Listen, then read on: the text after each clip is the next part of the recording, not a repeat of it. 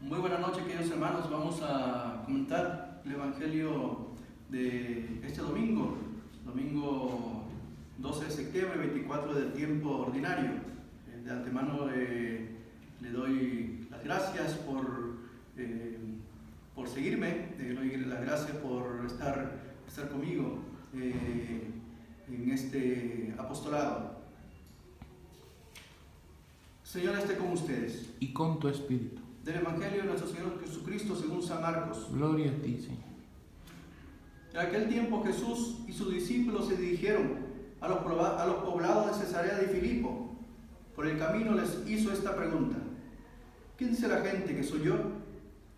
Ellos le contestaron: algunos dicen que eres Juan el Bautista, otros Elías, y otros que alguno de los profetas. Entonces Él les preguntó: ¿y ustedes quién dicen que soy yo? Pedro le respondió: tú eres el Mesías. Él les ordenó que no se lo dijeran a nadie. Luego se puso a explicarle que era necesario que el Hijo del Hombre padeciera mucho, que fuera rechazado por los ancianos, los sumos sacerdotes y los escribas, que fuera entregado a la muerte y resucitara al tercer día. Todo esto lo dijo con entera claridad. Entonces Pedro se lo llevó aparte y trataba de disuadirlo. Jesús se volvió y mirando a sus discípulos reprendió a Pedro con estas palabras: apártate de mí, Satanás, porque tú no juzgas según Dios, sino según los hombres. Después llamó a la multitud y a sus discípulos y les dijo: el que quiera venir conmigo, que renuncie a sí mismo, que cargue con su cruz y me siga. Pues el que quiera salvar su vida la perderá, pero el que pierda su vida por mí y por el Evangelio la salvará. Palabra del Señor. Gloria a ti, Señor Jesús. Muy bien, queridos hermanos, hoy la liturgia nos regala esta palabra maravillosa, una palabra que viene a fortalecer nuestra fe, a que podamos también, como Pedro, descubrir a este Jesús, y decirle, tú eres el Cristo, el ungido de Dios. Comienza diciendo el Evangelio que en aquel tiempo Jesús y sus discípulos se dirigieron a un poblado de Cesarea de Filipo. Interesante, queridos hermanos, porque ¿por qué Jesús hace esa acción? No por casualidad. Jesús pasa por Cesarea de Filipo no por casualidad, sino porque quiere quitar del corazón de los discípulos y de su mente todas esas corrientes mundanas que absorbemos, o que han absorbido los discípulos y que absorbemos todos nosotros que seguimos a Jesús. Todas esas corrientes paganas que hay en nuestra vida.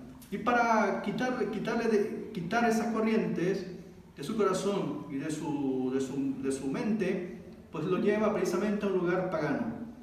Cesarea de Filipo estaba al norte de Israel. Al norte de Israel, Cesarea de Filipo era una tetrarquía de Filipo, uno de los hijos de Herodes, Antipas. Y se llamaba así Cesarea de Filipo en honor a César Augusto. César Augusto, el emperador romano. Entonces Jesús los lleva ahí, a Cesarea de Filipo. En ese lugar pagano, ese lugar marginado, ese lugar donde la gente era despreciada, donde donde los judíos no se juntaban con los pecadores, con los últimos. Era un lugar infernal donde estaba este ídolo del dios del pan, que era considerado el dios de toda la naturaleza, de todo lo que se movía. Y ahí Jesús lleva a sus discípulos. Interesante. Y ahí, ¿qué es lo que hace Jesús? Pues dice que por el camino les hizo esa pregunta. Por el camino, van de peregrinación, van de camino. ¿Hacia dónde? ¿Hacia dónde van? Pues Jesús tiene que ir hacia Jerusalén, a morir en Jerusalén, dar la vida en Jerusalén. Dice que por el camino, él les interrogaba. De la misma manera nosotros, queridos hermanos, a través de este caminar de nuestra vida, de este andar de nuestra historia, de nuestra vida, pues el mismo Jesús, el Señor, tiene un diálogo con nosotros, tiene un diálogo de amor, de misericordia, un diálogo para llevarnos a la verdad, para llevarnos a la luz, para sacarnos de las tinieblas, sacarnos de la oscuridad, sacarnos del pecado, sacarnos de la idolatría, del mal, y llevarnos precisamente a la verdad. Dice que por el camino les hizo una pregunta, interesante esto, porque cuando uno sigue a Jesús, ¿por qué lo sigue? ¿Qué es lo que hay? ¿Por qué lo sigue? ¿Cuáles son sus intereses? ¿Cuáles son sus motivaciones? ¿Cuál es la motivación para seguir a Jesús? Dice que Jesús les pregunta, ¿quién dice la gente que soy yo? Ya sabemos la respuesta. Los discípulos, uno le dice que uno que Elías, otro que Juan el Bautista, otro que uno de los profetas. Es decir, te dicen, tú eres uno del pasado. Uno del pasado. Que nada tiene que ver con nuestra vida presente, que nada tiene que ver con nuestra vida futura. Tú eres uno del pasado, uno que no vale, uno que está fuera de moda, que está pasado de moda, uno más del montón, no más del montón. Jesús dice, bueno, eso es lo que dice la gente. Pero ahora Jesús que conoce nuestros corazones, y conoce el corazón de todos los discípulos, el corazón de todos los hombres, y conoce nuestros corazones, Jesús les pregunta, bueno, ahora eso es lo que dice la gente, pero ahora yo quiero saber qué es lo que dicen ustedes. ¿Y ustedes qué dicen que soy yo? Interesante esta pregunta. ¿Quién dice, ustedes quién dicen que soy yo? Es decir, ¿tú qué dices?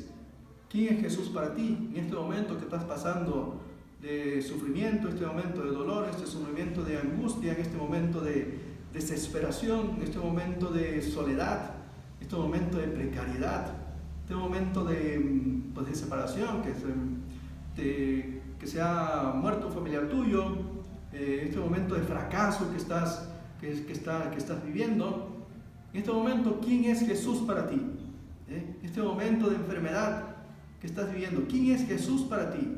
En este momento, en esta situación de que no ves claro, de que no ves nada en tu vida contigo, ¿quién es Jesús para ti? Pedro nos ayuda. Pedro le respondió, tú eres el Mesías. Tú eres el Mesías. Es decir, tú eres el ungido de Dios. Es decir, tú eres nuestro Salvador, el que tenía que venir al mundo. Es decir, queridos hermanos, tú eres en definitiva la respuesta que yo esperaba a mi situación. Tú eres, Jesús, esa respuesta que yo esperaba a mi vida hoy, que no encontraba una solución, una respuesta. Tú hoy eres esa respuesta que viene a darme razones de mi fe. Es decir, tú eres, Jesús es el proyecto de cada hombre. ¿Y cuál es el proyecto? ¿Cuál es el proyecto de Dios para cada hombre? Pues es que el hombre sea divinizado, sea como Dios. Es el proyecto. Es decir, que deje el hombre viejo para ser un hombre nuevo, el hombre del Espíritu. Ese es el proyecto de Dios. ¿Y quién le da esta respuesta? Pues le da esta respuesta a Pedro. ¿Y quién es Pedro? Antes de ser Pedro, era llamado Simón Bar Jonás, Simón hijo de Jonás. Simón, un hombre, un pescador, uno que no tenía estudios, uno que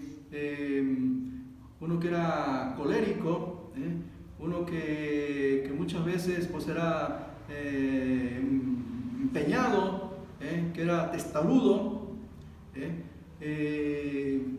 y que también tenía pues era llamado hijo de Jonás. Jonás es comparado con aquel Jonás que Dios le dice a Jonás que vaya a Nínive y no quiere ir Jonás y toma un barco para escapar de la misión, y ahí pues hay una borrasca, y lo tienen que tirar al mar y se lo traga una ballena después lo saca a la orilla, lo escupe a la orilla, y Jonás tiene que ir a Nínive.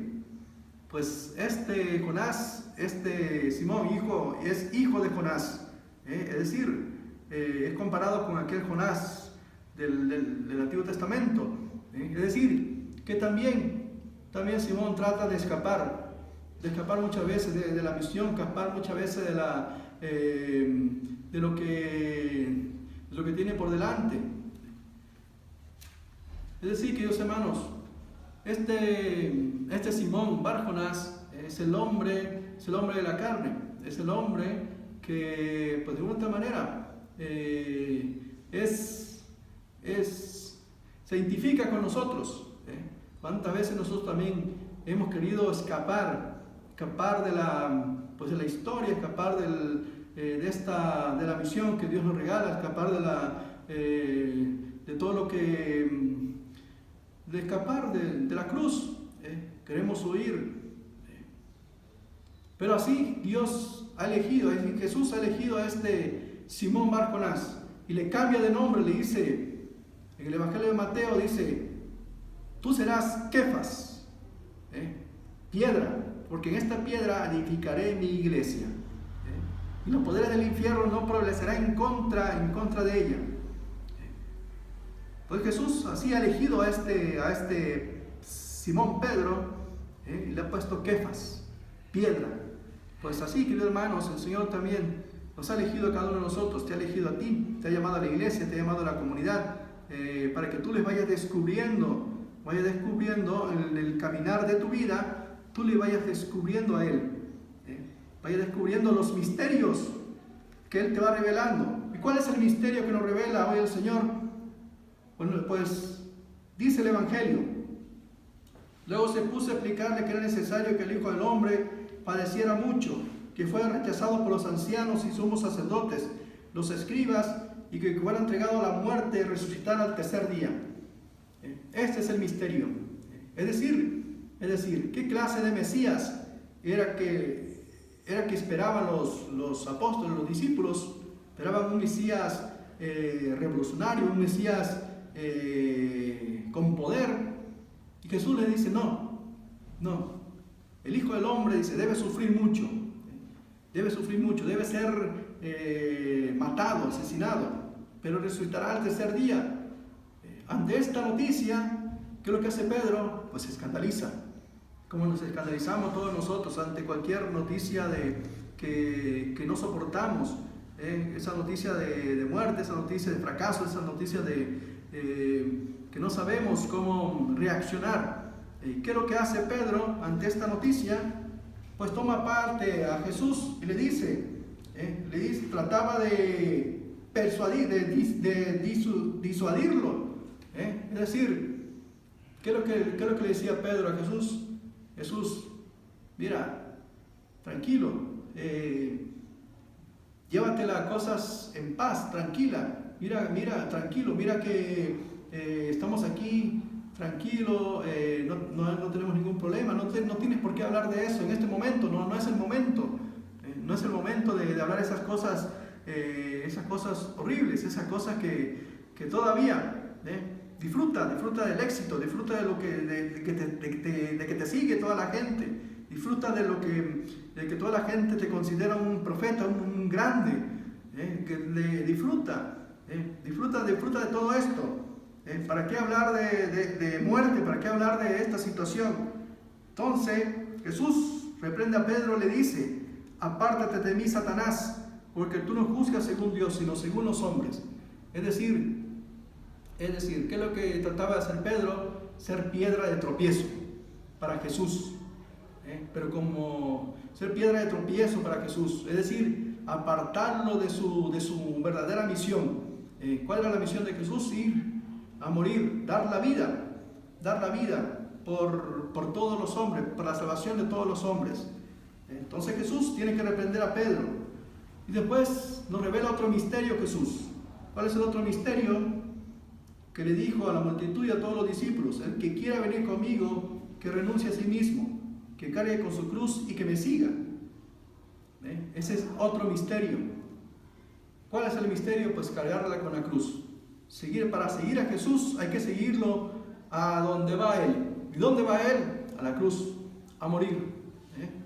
Por eso es necesario, ¿qué cosa? Renunciar a tus planes, renunciar a tus proyectos, renunciar a tu vida misma, renunciar a tus apetencias, renunciar a todo lo que tú le pides la vida, donde tú pones tu seguridad, renunciar a todo esto, cargar con la cruz.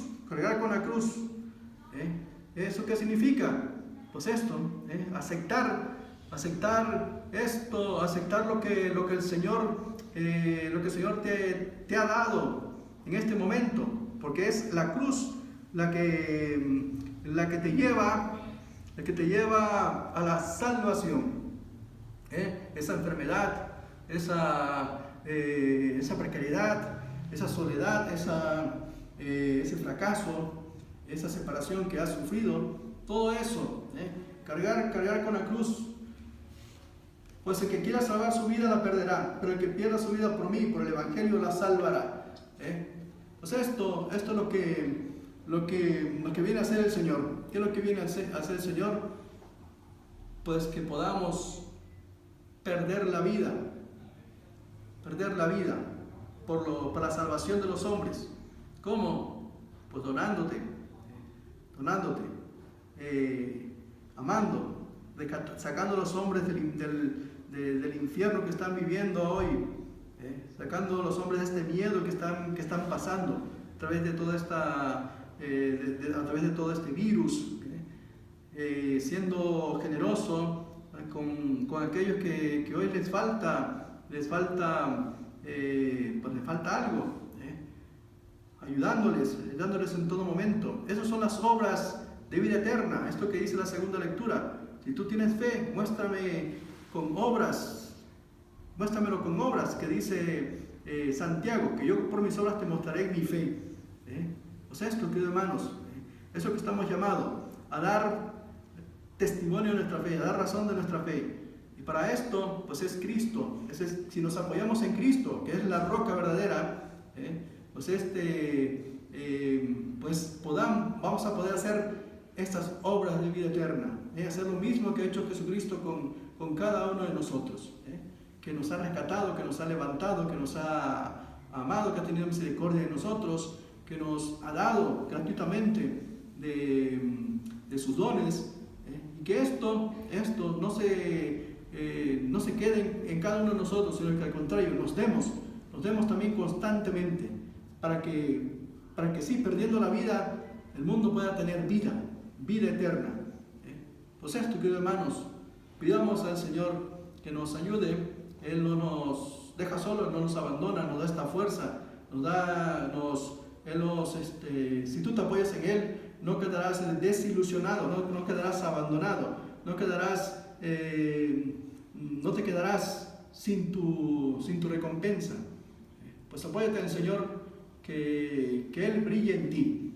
Pues queridos hermanos, este es el comentario de este domingo. Que el Señor esté contigo, que el Señor te bendiga, en nombre del Padre, del Hijo, del Espíritu Santo. Amén. Que tengas un feliz domingo.